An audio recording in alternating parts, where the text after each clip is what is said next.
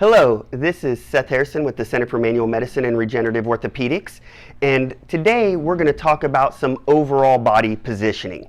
This is something that you can think about anytime that you're on your feet working, let's say at the kitchen counter, to working outside on the workbench, or we can break this into pieces. So if you're spending time sitting at a computer at a desk, these are very simple exercises to implement into your day. One thing that I want to start with is head positioning. Head positioning is so vital to all the activities that we do because our body tends to follow our head. So let's say I'm reading something out in front of me, my eyes are going to draw me closer to what I'm looking at, my head is going to start to creep forward like this. So as my head starts to creep forward, of course my shoulders, my neck, my upper back all tend to follow in that direction. So when I start teaching somebody a full body correcting position, we start with the head. The first thing that we're going to start with is simply a neck retraction. With the neck retraction, as my chin's forward, I just draw my chin straight back, almost like a puppet on a string. Somebody hooked a string right here and they're lifting me up really tall. This is what we can do to combat all of that forward head posture. That will tighten up these muscles. It will lead to tension headaches. Definitely spending a lot of time reading at the computer can exacerbate that. So as we start to work down this chain of mechanics, we're going to go from our head to our shoulders. Now, what do our shoulders tend to do? Well, oftentimes round forward. We can start our day like this as we're driving into our car at work.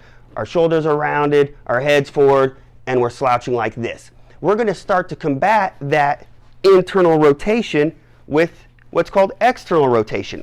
Now, oftentimes I'll have everybody stand up in this position and look down at their hands.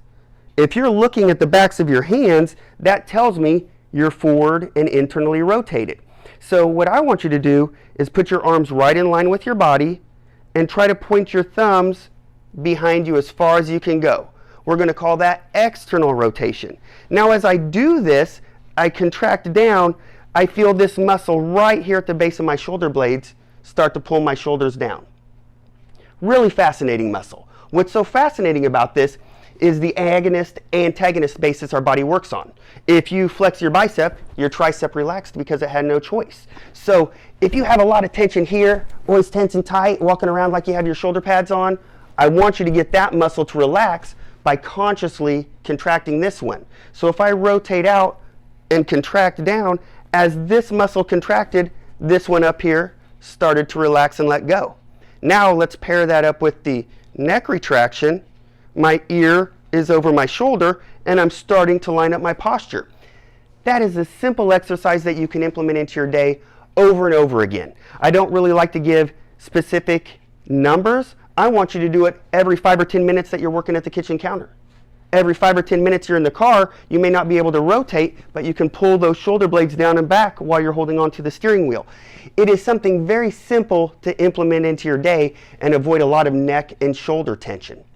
Now, we're going to work our way on down the body. We're going to start to get into the abs and the core. The core, what I want you to think about is this muscle. It's called the transverse abdominis. It wraps all the way around and attaches to the vertebrae in the low back. When they developed the back support belt, this was the muscle that they were trying to imitate. When this muscle contracts, it just pulls in everything really tight, almost like your belly button is going towards your backbone. I don't really like to use the term sucking in on this because I don't want people to pop their chest up when they do it. I want you to exhale and draw your belly button in just like you're cinching that belt up around your waist. Now what you're going to find is as you pull your belly button in, it helps align your low back. Because if we tend to stand for a long period of time, we tend to stand with our butt sticking out. And if our butt's sticking out, it puts a lot of pressure on the low back. So by pulling the belly button in, that helps to pull those hips into a more neutral position. One thing that I like to show with this is how your glutes or your buttock muscles work. If you're standing there, and if you want to try this at home, I want you to stick your butt out behind you. Okay, now try to flex your butt. Nothing really happens. Your glutes are inhibited in extension, which says that these low back muscles are working way too hard. So what I want you to do is pull your belly button in and flex your glutes. Flex your butt muscles. As you flex those muscles, it pulls your hips forward. I know it's kind of a goofy exercise, rocking your hips back and forth, but it engages the core. So many Pilates or core techniques all utilize these principles. So now we've made it from the head, the shoulder, the abs, the hips, on down to the knees and feet. When we get to our knees and feet, one thing that I stress to everybody is don't stand with your knees locked out. Knees locked out, extended back, lots of pressure here.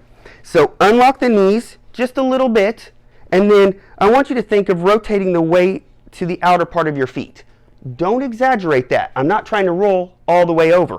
I just want to feel my weight distribute to the outer part of my feet. And then we're going to start to work from the feet up. Okay? So my knees are bent. My feet are rotated to the outside. That also pushes my knees out just a little bit. Pull in the belly button. Rock the pelvis. Rotate the shoulders down and back. And tuck your chin in. And don't forget to breathe, because now you're trying to do 10 things at once.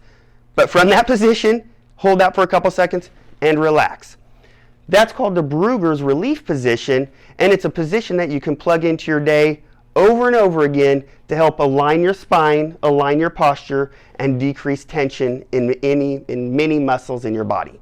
So I'm Seth with the Center for Manual Medicine and Regenerative Orthopedics. Please feel free to give us a call, 785-271-8100.